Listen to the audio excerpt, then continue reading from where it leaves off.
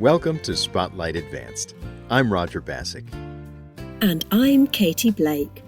Spotlight uses a special English method of broadcasting.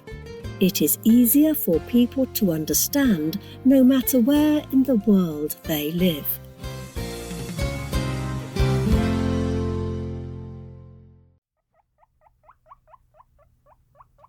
A group of hamsters run around behind bars.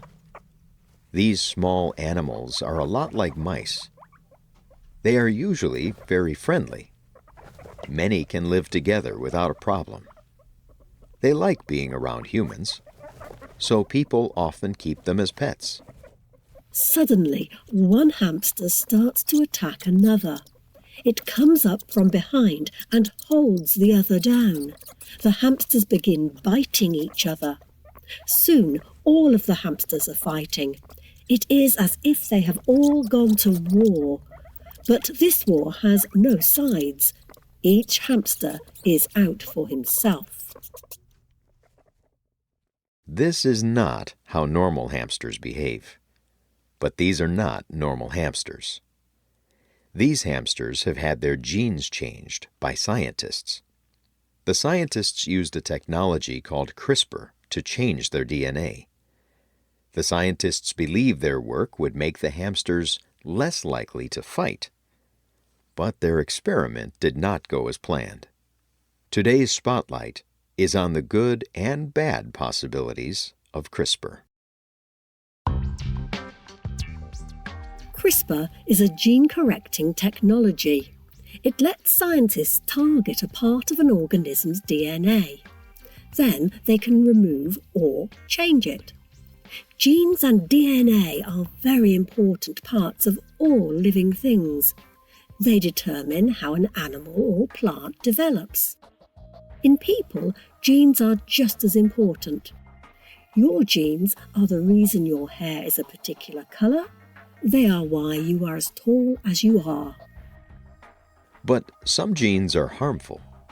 Sometimes blindness is genetic, as are some cancers. Diseases like cystic fibrosis and sickle cell disease are also genetic. If a person has the genes for one of these diseases, she will likely develop the disease. And if she has the genes for the disease, there is no cure. But CRISPR could change that. It is still a very new technology, but it may be able to change the genes of people who already have these illnesses. It could heal what people did not think could be healed. Samarth Kulkarni is the Chief Business Officer of CRISPR Therapeutics. He spoke to McKinsey Management News. When it comes to medical uses, CRISPR could affect many treatment areas. It could help with hundreds of diseases, both rare and common. It lets us target the hidden cause of a disease. We might even cure someone by changing their DNA. Some long-term uses are extremely exciting. But changing a person's genes is very difficult. H. Elliot Albers is a neuroscientist at Georgia State University. He is the one who changed the hamster's DNA. Before the animal was born, he used CRISPR to take out a chemical in the hamster's brain. It is called vasopressin. Hamsters make vasopressin naturally. But these changed hamsters could not create it. Albers also took out vasopressin receptors. These special areas of the brains of the hamsters uses the chemical. Even if the hamsters could create vasopressin, they could not use it. Injecting more vasopressin into the hamsters makes them more likely to fight. So Albers believed taking it out would make them peaceful. But instead, it did the opposite. And Dr. Albers does not know why. He spoke to Georgia State University News. We do not understand this system as well as we thought we did. The strange findings tell us we need to start thinking differently. We need to think about the actions of these receptors across the whole brain. We cannot think about only one part. Dr. Alber's study may not seem like it relates to humans, but the study shows something very important about genes. DNA is very complex. Human brains are very complex too. There is a lot that even great scientists do not know. Using CRISPR may have effects we do not yet understand.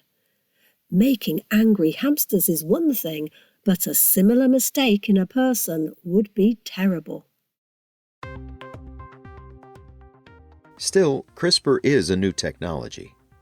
Scientists may have a lot to learn about how changing DNA will affect people. But in the future, these changes will be better understood.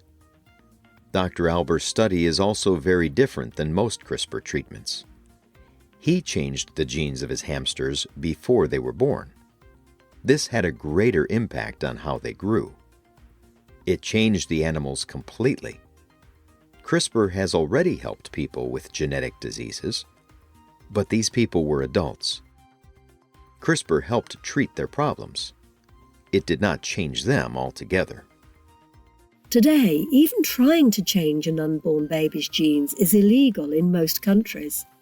Dr. He Jiankui is a Chinese scientist. He is the only person to alter the genes of an unborn baby. But Dr. Jiankui was put in prison for his work. Most scientists agree that it was not ethical. And most governments agree. This kind of gene alteration could lead to developmental problems. It could even give the children a greater risk for cancer. But Dr. Jiankui's work was dangerous. He changed a person's life without knowing what it would do. And altering genes this way could be bad for the baby's health. It could cause a condition called genetic mosaicism. Genetic mosaicism causes a person to have both normal and abnormal genetic patterns within the cells. Genetic mosaicism can lead to cancer. It also causes developmental problems. It could affect blood cells, skin cells, and reproductive cells. Dr. Jiankui was jailed for his work, and he will never be able to do this kind of work again. Using CRISPR has some risks. A bad use of the technology could hurt patients. It could change them in ways they do not want. But this is also true of most medical treatments. Many medicines have side effects. A badly done surgery can hurt more than it can help. Despite these problems, CRISPR is an important technology. One day, doctors may be able to use CRISPR to prevent disease. This may help cure people in ways that seem impossible today. If this day does come, it is important to use it well so that all people can benefit. Nessun Birmingham is a founding member of Intellia Therapeutics.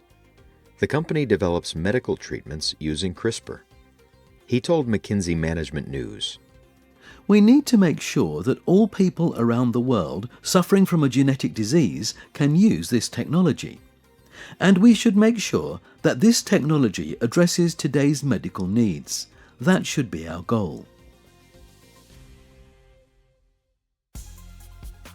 Would you let a doctor treat you with CRISPR today? Why or why not? We hope you can join us again for the next Spotlight programme. Goodbye.